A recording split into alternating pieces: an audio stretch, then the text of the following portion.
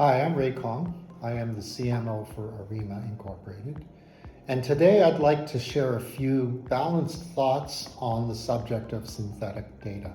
There's been a lot of debate and discussion around synthetic data lately, some of it with vested interest, others more balanced. Why is synthetic data? Synthetic data is needed because in today's marketplace, marketers are caught between two realities. One is the need to have better and more information on their target markets, balanced against or conflicting with the market's needs to not want to provide more information. Privacy concerns, fraud, bot, and just plain old respondent fatigue is causing first-party data to degenerate and traditional research sources to degenerate and to become less reliable. Synthetic data has its places, and there is a lot of emotion with lots of organizations falling on one side of the ledger or the other.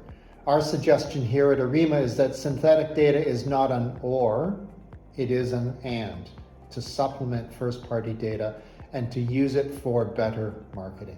Not all synthetic data is created equally, however. A lot of people, when they think about synthetic data, they think about ChatGPT and data that is generated from AI sources like that.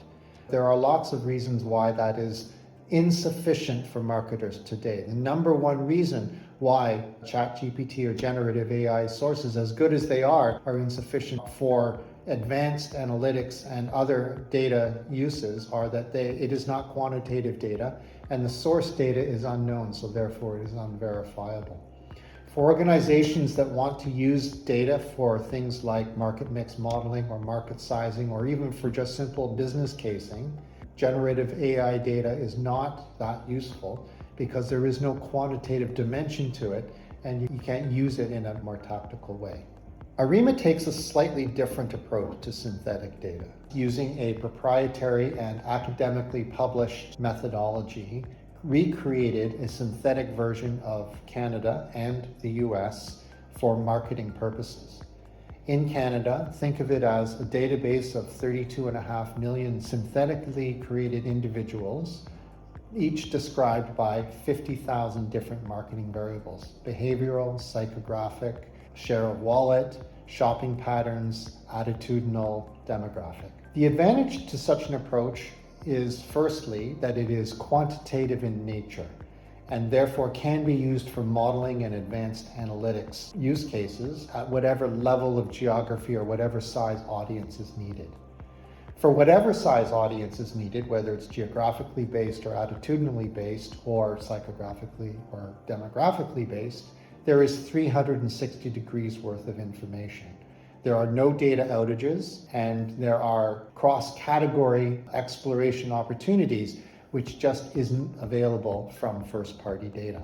There is no PII attached to these synthetic individuals because the source data does not have any PII to start with.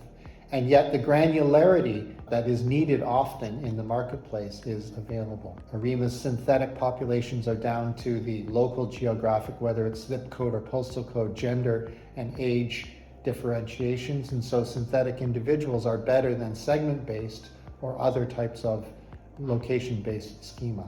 In a recent report, Gartner predicted that by 2028, 80% of the global 2000 will be using synthetic data in a meaningful way. From a practical standpoint, for a modeler, for example, this results in better data, better completeness of data, and not the need to clean data in order to get better modeling outcomes.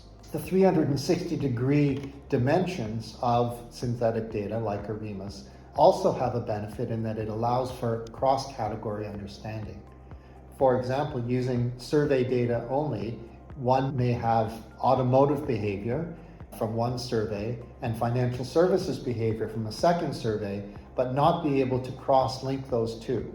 With Arima's synthetic population approach and 360 degrees of data, exploration can be had crossing categories and looking for insights and unconventional connections, which can help drive marketing forward, inform strategic choices both on creative as well as on content, as well as media choices for reaching target audiences, especially hard to reach target audiences from traditional survey sources or small audiences. For example, in the beer industry, males 18 to 25 are a primary target, and yet they are notoriously difficult to engage for survey purposes, both in a quantitative basis as well as a qualitative basis. By using synthetic data, organizations like beer companies or like other types of alcohol companies can actually get a better read on this otherwise hard to reach target audience. Another emerging use case for synthetic data like Arima's is in newcomer or other ethnic types of audiences. New immigrants, specific immigrant groups, or specific attitudinal groups become more readable, more information available to them, both in a demographic as well as an attitudinal perspective and a behavioral perspective, by using synthetic data instead of trying to find survey participants who are traditionally notoriously difficult to get. One of the great things about Arima's synthetic population approach and Arima's synthetic society is that as I go out and I talk to organizations about the data assets that we have built, often, and this just happened yesterday, people say to me, "Oh, that's a really interesting data asset. Can it be used for X? Can it be used for this use case? Can it be used for that use case?" What I find fun about that is that I thought, well, never really thought about that one before, but absolutely, it is a use case. The use cases for Arima's synthetic population are limited only by our imagination.